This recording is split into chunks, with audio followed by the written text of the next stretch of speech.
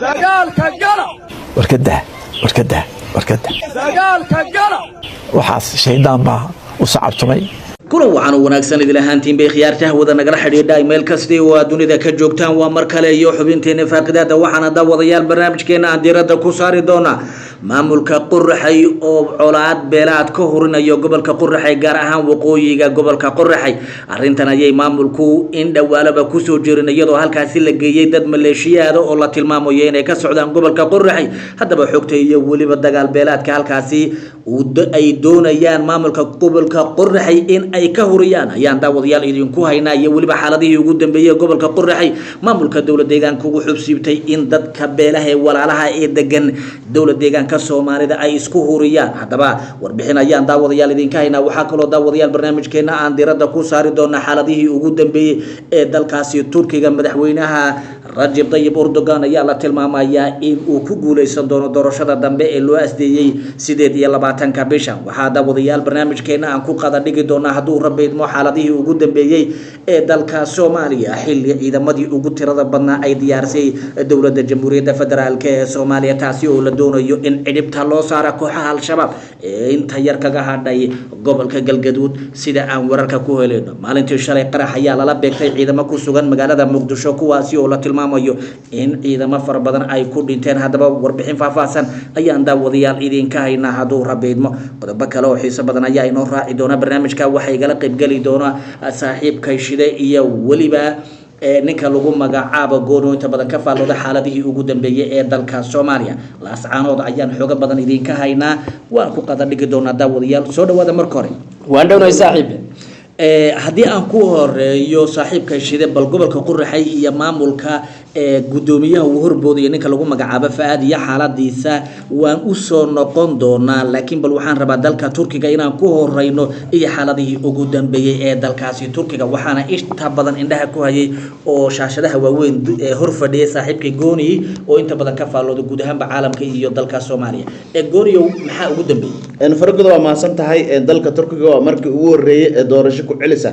laga qaban doono 28 bishan ayaa loo astay in dib loogu celiyo doorashada isla markaana tii hore waa la isku mari waayay maadaama Erdogan uu keensan waayo tiro la rabay hal dheeri ah ama 51% inuu keensado ayaa la rabay arrintaasna way suuragali weysay marka waxa dhibaatada keentay waxa leeyahay Erdogan gobollo badan oo ku tashanay ayaa isbedel keenay marka dib ay wax iska bedeleen oo saasay doorashada 49.3 adiga ama 30 waxa loo yaqaan ay noqotay ninkan wuxuu keenay 45.4 marka mar walba oo maxaa ninkan oo soo kaco ninkaas percentage-kiisa isbedel ku imaanay marka dhibaatada halkaas ay ka timiday laakiin Erdogan uu weli kalsooni ay u haystaa raja ay qabaa oo fiican ninka Oglo la yiraahdo asagana kaalin saddex soo galay ayaa la sheegayaa inuu Erdogan la midoobi doono maadaama 5 milyan iyo bar dad ah oo cod ah uu haysto wuxuu sheegay inuu san la midoobin ninkan cilmaaniga ah ama dhibaatada u horseedka reer galbeedka hoos geyn kara mar labaad in macnaha aan suuragal yahay laakiin ninka waxa la tilmaamayaa in reer galbeedku ay kaga jiraan dabada oo ay leeyihiin malaayiin dollar baan ku siinayna wadamada Yurub iyo maxaan ku dhahay Mareykanka ay leeyihiin intaasoo 100 milyan oo dollar baan ku siinaynaa adiga xisbigaadaba ee ninkan cilmaaniga ugu shub marka arrintaasi ma laga yaabaa inuu sameeyo waa iska caadi way sameynayeen sababtoo reer galbeedku waxay ka soo horjeedaan Erdogan nin walba oo wadankiisa wax qabanayna qof rabo ma laha marka dhibaatada halkaas ay ka jirtaa Erdogan naftigiisa ninkan kulamo iyo xiriir ayuu leeyahay waxaana laga yaabaa inuu mar dhow ugu daro codkiisa oo waliba intaan la gaarin 28 oo baraha bulshada soo galo sheegan inuu codkiisa ku wareejiyo Erdogan marka ninkani mustaqbalka iyo aayaha dalka Turkiga inuu ka fikiro waaye meesha oo lacag sheelmaada Mareykan oo siiyay ama hadhow maxalida dhaqaalaha sida u balan qaad hadhowna ku boodi laha ila Mareykan dad fara badan oo wax u balan qaad kadibna ku booday Saddam Hussein ninkii maxalida soo sheegay 10 milyan oo dollar loo balan qaaday markii uu soo sheegana waa la dilay marka Mareykan balaqaadkiisa waxba kama jiraan waxaan dhiilayn Turkiga la midow oo la shaqeyso oo maxaa la yiraahdaa Erdogan u dhiib ninkan wadanka horumarka gaarsiiyay Afrika iyo Islaamka horumariyay laakiin waxa jirta waad mahadsantahay laakiin Gooniyo waxa jirta in xisbiga aan iraahdo Xisbul Adala wa Tanmiya uu hogaaminayo Rajab Tayyip Erdogan in ay dhanka kaalimaha aan iraahdo baarlamaanka ay ku guuleysteen fadhiga baarlamaanka iyagu ay ugu badan yihiin marka ma isleedahay doorashada dambe madaxtinimada aad bay u adag tahay rajadu xagga Erdogan 100% wuu soo bixi karaa mislada maha isbedel ay imaan karo oo hadda doorashada sida ay ahayd lama filaan ay ku dhacday markay xisbiyo badan iyo maxaa la yiraahdaa campaign labaad lagu laaban doonaa markay campaignka lagu laabtana isbedel weyn Erdogan oo tan ka sii fiican ayuu la imaan doonaa sidii la rajeenay marka waa nimankan waxay rabaan in doorashada ay ku celiyaan baarlamaaniga waa dhaqan aan aad u wanaagsaneyn sababtoo mid dad weyne ayaa ka fiican mid baarlamaaniga wuxuu kale rabaa in reer galbeedka gabi ahaanba la hoosgeeyo oo cilaaqaadka loo jiro Afrika iyo wadamada Islaamka marka ninkan nin wanaagsan ma ahayn waa nin dhib badan oo ummada Soomaaliyeed oo ummada maxaa la yiraahdaa muslimiinta ah ayna u cuntamin inay ninkaas oo Turkiga ku guuleysto oo madaxweyne ka noqdo marka ninkaasi mar walba uu xari doona laakiin waxa isku dayga oo sameeyay hadda dadaal dheeraad ah ayuu sameeyay oo dadka cilmaaniyiinta iyo dad fara badan oo taariikho hore raacayo ayaa ninkan daba galay oo dadkii Kemal Atatürk taageersanaayo dhanba ayaa u wareegay ninkan laakiin isbedel doorashada wax badan ay iska bedeli doona Erdogan boqolkiiba 50 iska dhaafe boqolkiiba ka badan ayuu keeni doonaa inta hadda laga filayo oo ku guuleysan doona haduu Ilaahay raado fargodo aad iyo aad baad u mahadsantihiin daawadayaal xubinta nifaaqadaada ayaan bartanka kaga jiray waan eegi doonaa barnaamijyadeena waad ku maqli doontaan ololaha ka bilaaban doona dalkaasi Turkiga ee madaxtinimo ee dalkaasi la doonayo inuu madaxweyne Erdogan uu hoggaanka ugu qabto hadda kadibna halkan ayaad kala socon doontaan waxyaabaha ka soo kordha dalka Turkiga inaga oo faalooyinkeena aan ku qaada dhigi doona haduu rabmidmo balse haddaan u wareegno dhankaas iyo dawlad deegaanka Soomaalida ayaa la tilmaamayaa in gobolka Qorraxay waa gudoomiyaha ninka lagu magacaabo Fuaad oo kaashanaya balidi wasiirka lagu magacaabo Inayro oo wasiirka maaliyadda dawlad deegaanka Soomaalida ayaa la tilmaamayaa in hab beeleed ay halkaasi ama dagaal beeleed dadka walaalaha ay ka hurinayaan hadaba arintan waxa indhaha ku hayo xidhiidho kala duwan la sameeyay saaxiibka Shido oo inta badan u kuurgala guud ahaan dawlad deegaanka Soomaalida Shido arintan waa qaab noocee ay ku socotaa bal nooga faahfaahin aad iyo aad baad u mahadsantahay Faragodo gobolka Qorraxay dhibaato weyn baa ka taagan ayadoo gobolkaasi uu dhibaatooyin aad u kala duwan u soo maray oo dadka curyaamiye horumarkooda iyo wada noolaashaha bulshada curyaamin weyn geliyay ayaa haddana moodaa inuu wali gudoomiyaha gobolka Qorraxay oo ninka Fuaad lagu magacaabo inuu wali ku sii dhiiran yahay kala geynta iyo iska horkeenida bulshada walaalaha ee boqolka sano iyo kunka sano wada deganaa in wali dhibaato in dhaxmar asoo hadda moodaa inuu u tafaxaytay inuu mar kale gebi ahaanba dhul boob iyo isballaarin iyo gebi ahaanba dad la barakaciyo dad kale lagu beeray deegaankaasi ama dad xuquuq ay lahayn iyo xaq ay u lahayn iyo dhul ay u soo dhibtoomeen ama muddo badan ay soo anfacsanayeen inuu rabo inuu hal habeen harko cad kala wareego asoo kumanaan maleeshiyada u daabulaya meesha ay hadda dhibaatadu ka taagan tahay ama qayl dhaanta weyn naga soo gaadhay ama cabashada weyn ay ka taagan tahay waxa waaye waa degmada Nus Tariiq ayadoo halkaasi dhul dooxa ah oo dadku ay bulshan dad ay hantida ka dhamaatay xoolaha ka dhamaadeen cayr ah xoolaha haysanin ay muddo dheer intifaacsanayeen ama meeshii ay qodurul ka raadsanayeen uu gudoomiyahaas uu soo dhoobay maleeshiyad aad u tiro badan oo gobolka Qorraxay laga soo daabulay dadna lagu barakicinayo dad la sheegay inayna deegaanka ku noolayeen hadda la rabo inay xididaha loogu aaso ayada xaaladaas ay noqotay xaalad aan loo dul qaadan karin odayaasha deegaankana dhammaan ay qayladaan aad u balaaran ka muujiyeen odayaasha qayladanta ka diray waxa waaye degmadan lagu magacaabo gaandhaho degmada Marsin odayaasheeda ayaa baaq culus ka soo saaray waxay arintaas waxay keeni doontaa haddii gudoomiyuhu talaabadaas ku sii adkaysto ama uu ku sii socdo maleeshiyadkan aadka u tiro badan uu halkaasi ku daabulo dhulkaana dadkaas xoog looga qaado inay keeni doonto ay xumo ama taariikh xumo ay keeni doonto halkaana dhibaato weyn ay ka dhalan doonto dadkan ay colaad gaamurta ay ka dhax qarxi doonto laakiin laftoodii baa la xiriirinayaa waa la xiraya sababtoo ay tahay dawladdan wali dhigtay tarnimada ay shaqeynaysa ayadoo sidaan wada ogsoonay ciidamada liyu booliska ama farda awle loo yaqaan hubka laga dhigay ayaa haddana waxaa la adeegsanaya ciidanka maleeshiyadka aadka u tirada badnaa ee booska liyu booliska ayaa hadda galay oo ciidamada hadda ay dawladdu isticmaalayso waa ciidamada maleeshiyada iyo ciidamada arbaabka tanaaga waa ciidamadaas hadda dawladdu ay ku guuraysaa ilaa liyu booliska boolis caado waxa iska noqday xiriyahooda iska jooga maalinka loo baahdo loo yeeranayo laakiin ciidanka hadda didaya ee meeshii liyu booliska burarka loo ordayay waa qabaalka wata waa maleeshiyadkii waxaa la yiri meeshan ee dad qurba jooga oo degmada Marsin aan ma garanaysa ka soo jeedin ayaa qurbaha ka yimid Mareykanka iyo Canada iyo meelaha ka yimid ayaa dhulkan dooxada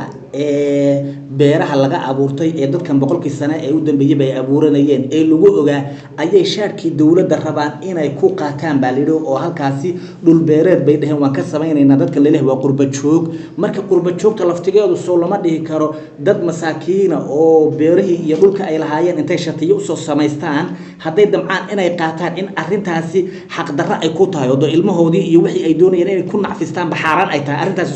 soo waxa qama arintan waxa horta ka ganacsaday gudoomiyaha gudoomiyaha gobolka lacag buu ka qaatay waxaan wada ogsoonayn degmada Shilaabo duleedkeeda in dhawaan la yir ceel baa laga qodayaa oo asagu niman qurba jooga uu yir halka ceel ka qoda riiga lacagta uu ka qaatay lacagtiina uu cunay markii halka ceel laga qoda la yirina dhibaatada ay ka dhacday adogeed ee dadka markay diideen ciidamada iyo dadka isku dadka badan halkaas ku waxyeelay kuna dhaawacmeen kuna dhinteen hadda tanna waa tii oo kale tanna niman ganacsata ayaa waxay dhaheen oo Mareykan jooga waxaan rabnaa dhul aan maal gashano yaan rabnaa way dhaheen dhulkii wuxuu yiri meel aaban eedid dhulkii baahan degmada Nasdure dooxooyinkeeda ku yaala ma halkaas aad tagaysaan anana ka wakiila dooxooyinkaas aad beeranaysaan dadkana waa laga rarayaa idinkaana tagaya halkaas dadkii laga rarayaa ciidamada halkaas la geenayaa ciidamadaas ayaa meesha ilaalinaya dhulkan idinka in lii beeri halkaas aad motorada iyo biyaha geenaysaan marka waxaan waa barnaamij aad moodin ninkan habeenba wax ku riyoodo inuu asagu sameeyo ninkan dadka ma matalo gobolka Qorraxay ninkaasi dib dhac aad u balaadhan ku keenay ilaa isku dhac colaad qabiil iska horkeen dad walaalo kala inta mooyeen ninkaasi gobolka Qorraxay gabiyahan buu ku fadhiistay beerihii meesha ka waxaysana waxa la maleeshiyad buu geeyay kadibna beerihii bay meesha ka gureen baa arrintaasi dawladdu waxay ka qaban lahayd taasi arrin aad u xun waa arrin aan falqasho aad weyn keenaysa sumcad xumo aad u balaadhan waay beer la abuuray oo la faray oo ayada la soo saaray oo dheelidii la fiiqayo oo dheelidii gabiyahan meesha laga rujinayo beer soo kharash kuma bixiso loo abuuriso mas'uuliyad meeshan ma gelin ma bal suuqa xataa inta baxayso oo abaare markay timaado maalmaha dhulkan ceelal baa laga qoday waa la maalgelin biyo lagu shimaalo dadkan la dhaxda dadkan magdhow wala siin karaa hata waxa la dhigi karaa dadkan beerta soo admalaha beertan waa laga gaday magdhowada lagu siin ka guuray dad kala maal gashanaya sida Cabdi Ilay Bakri Jijiye la dhisay Jijiye master baranka la baranay Jijiye way la dhisay caasimad ahaan loo aqoonsaday master baranka gelnay dadkii deganaa waxa loo raray qabri bayax iyo inta tuulo fog baa loo raray oo la yiri ma maal gashan kartaan ma dhisi kartaan waa ma yeesho hanti bayso samo soo dadka masaakiin ma tiin qabri bayax inta ka fog dega master balan baa la mariyay dhulkii waa la dhistay qurba joog iyo dawladda dhistay dabaqyar dheer baa laga wada tahay dadka magtooda dhulkooda loo gaday dawladdu hadii iyadoo ay horumar rabto ay leeyahay bulshada wax ku soo kordhinayna ayada raba dadka inay wax ku qanacsan laakiin dadka soo taagay in bud iyo qori la shubki la dhaco xoog lagaga raro ciidamada lagu duldaadiyo arrintaasi qalad way cadaaladna ma leena marka gobolka Qorraxay arrintaas maxay tahay gudoomiyahana waa in xilka laga qaado madaxweynaha arrinta waa in soo fargeliyo aad iyo aad baad u mahadsantihiin daawadayaal xubinteena wararka dambe ee ka soo kordha hurinta uu gudoomiyaha gobolka Qorraxay uu arrimahaasi ka hurinayo ee ay ka wadaan degmada Nusdariiq ee gobolka Qorraxay aan idhaahdee waxa weeyaan degmada ahaa Nusdariiq ee gobolka Qorraxay dib ayaan daawadayaal idinka soo sheegi doonaa laakiin halkaasi waxa ka taagan dhibaato uu wada gudoomiyaha iyo waliba maamulka deegaanka oo la tilmaamayo in ay dadkii lahaa deegaankaasi ay barakacin xoogan ay ku hayaan dadkaasi oo inta badan la tilmaamayo inay yihiin dad culimo ah oo ka soo jeeda dawlad deegaanka Soomaalida oo inta badan aan lagu aqoonin dhibaato iyo waliba wax isdabamarin hadaba waxaan ugu baaqaynaa dadka deegaanka odayaasha iyo waliba dhaqanka inay ka waantoobaan arrintaasi oo ay maamulka kala hadlaan cadaalad darrada uu ku hayo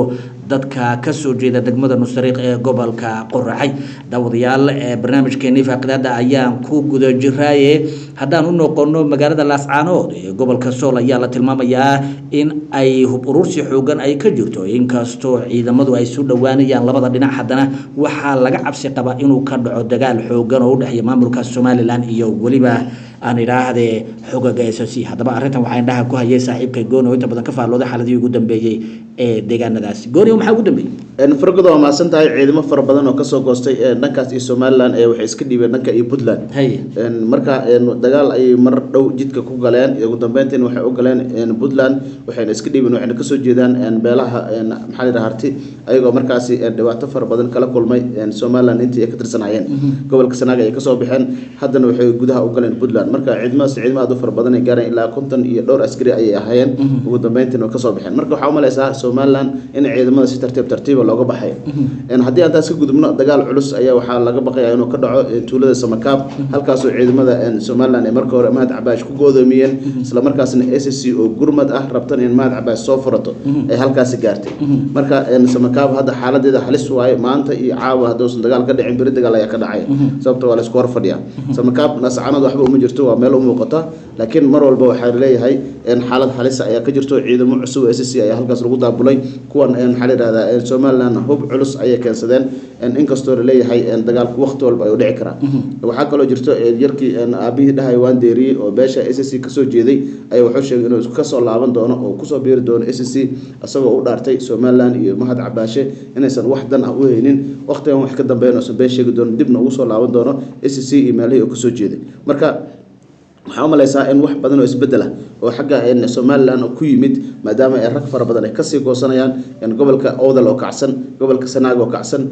SSC oo sidoo kale u kacsan maxaa la yiraahdaa gobolka Sool oo xaalad halis dagaal ka jiraan waxaa malaysaa Muuse Biixin oo dhiiqa lugaa la sii galay marka dambeeyso ayadoo baaqi caalamka ay u soo jeediyeen diiday isla markaana dagaal culus hadda uu ka taagay dowladda kala socodaan waxaa kaloo la sheegay Fargodow in 58 qofood ay ku waalatay gooja cad gudaheeda oo ciidamada Somaliland ka tirsan muddo bil iyo bar gudaheeda 58 qofood ku dhaxwaalatay meesha la yiraahdo gooja cad gudaheeda oo ciidamada kamid yihiin ugu dambeyntiin waxa loo celiyay dhankii maxaa la yiraahdaa Somaliland gudaheeda meesha waxa la horta nimankan ma seexdaan oo waxa ugu badan hadda dhibaatada u keen waa dhafarka niman dhafrayo oo balood leh oo haddana waxa la yiraahdaa jiifin aan jirin qofka ugu dambeyn maskaxda way waalanaysaa marka dadka qaar waxay isweydiinayaan maqaar ba maxaa la dagaal ka cararay oo qaar waa waalna iyo waxaas macnaha mariha inay toortaan bilaabeen marka qaarna waxa leeyahay waa sax oo way waasheen oo dhafarka ku badan qof walba waxa leeyahay 4 saacadood ha seexdo 4 saacadood markuu saan madax dhulka u dhigan askari dul taagan wuxuu leeyahay istaag soco teeda kale meesha biyo kama jiraan biyo la'aan ay ku dhacday waxa leeyahay laba booyad ay biyo keento inta biyaha ay shubayaan kaliya ayaa waxa leeyahay biyaha laga cabayaa isla markii way baxayaan biyaha lagu joogay ilaa booyada kale ay ka yimaadaan marka xaalad halis ah gooja cad laga soo sheegay ciidamada Somaliland waxa la sheegay inay ka bixi doonaan gooja cad maadaama nolol adag oo halis ah ay ka haysato guryaha roob yimaado ay kaga xaroodaan ayna jirin ciidankii buur hoosteed 4 sac aag iyo difaac kaga jiraan maxaa la dhafar iyo baloodna loogu daray isla markaana xataa waxa way xaalad halis ay ku wajahayaan meesha lagu magacaabo gooja cad haddana 58 qofood ay ku waalatay waxa la sheegay in ciidamada Somaliland gabi ahaan ay ka bixi doonaan gooja cad dhawaan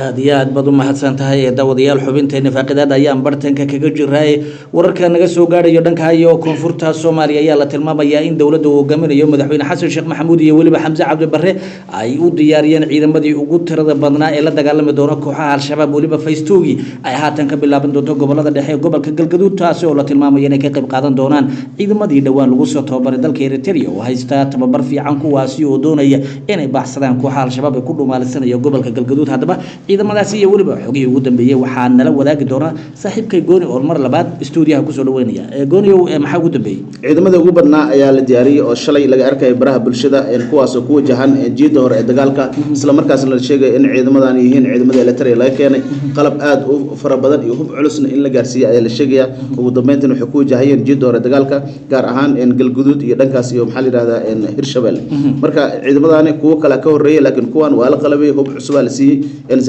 military dhameystirna lagu soo bandhigay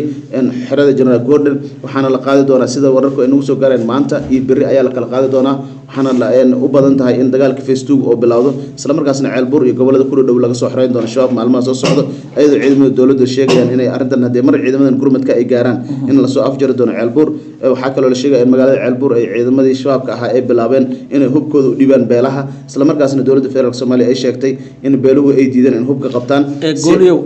Gooni haddaan ka dhaxgalo magaalada Ceelbuur saddexdii bilood ee ugu dambeysay waxa la tilmaamayaa in ciidamadu ay ku sii siqayaan marka maxaa hortaagan ciidamada dawladda inay durba ay qabsadaan magaalada Ceelbuur ee istaraatiijiga Ceelbuur magaalooyin kale ayaa ka horeeyay ciidamada dawladda dhanka ay ka weerareen waa dhanka budbudna meelo kale ayaa ka horeeya waa in la sii maraa Coosweyne waa in la maraa Galhareeri Jacar Bargaan dhankaas laga sii bax kadibna Ceelbuur la aada marka waxa u malaysaa ilaa 90 kilomitir 110 kilomitir wax dhan ay dhankaas ka xigaan markii la yiraahdo dhanka xeebta marka meesha way fog tahay laakiin ciidamadu waxay kaga dhow yihiin dhanka wabxo oo maxaas dhankeeda ay waxay u jiraan 39 kilomitir haddii dhankaas kaga dhaqaaqaan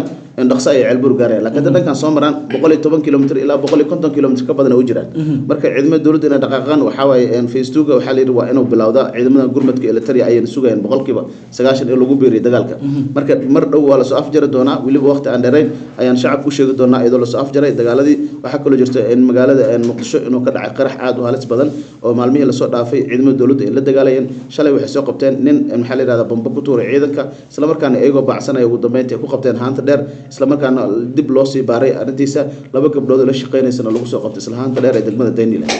markii arrinta soo bandhigan haddana xalay waxaa lala beegsaday qarax ciidamada waxaana ku dhintay 4 askari oo ciidamada booliiska iyo military la yiraahdo oo tababarka loo soo xiray 4 qofoodna way ku dhaawacmeen gaari maraya kaxda degmada kaxda ayaa halkaasi qarax uu ku halalay qarax miino ugu dambeyntiina 4 qof ku dhimatay waa markii ugu horeysay ciidamada cusub qarax lala beegtay isla markaana 4 askari ay ka dhimatay Fargodow marka isku soo wada duubay xaaladda waxa la karaa Soomaali isbedel weyn ayaa ka jiro madaxweyne Xasan Sheekh Maxamuud waxa uu buuxsantay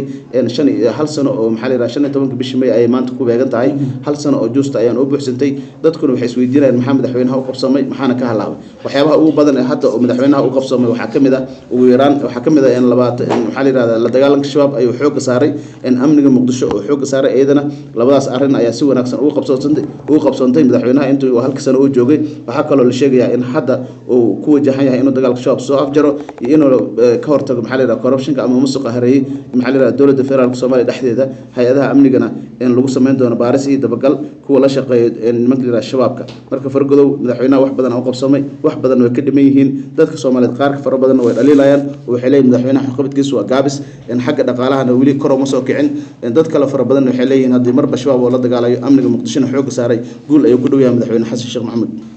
aad iyo aad buu mahadsan yahay daawadayaal xubinteena faaqidaada inta ayaan ku soo gabagabaynaynaa intaan dib dambe ugu kulmi doono mid kan mid la mid ah waxaan idinkaga tegaynaa sidaa iyo nabadgelyo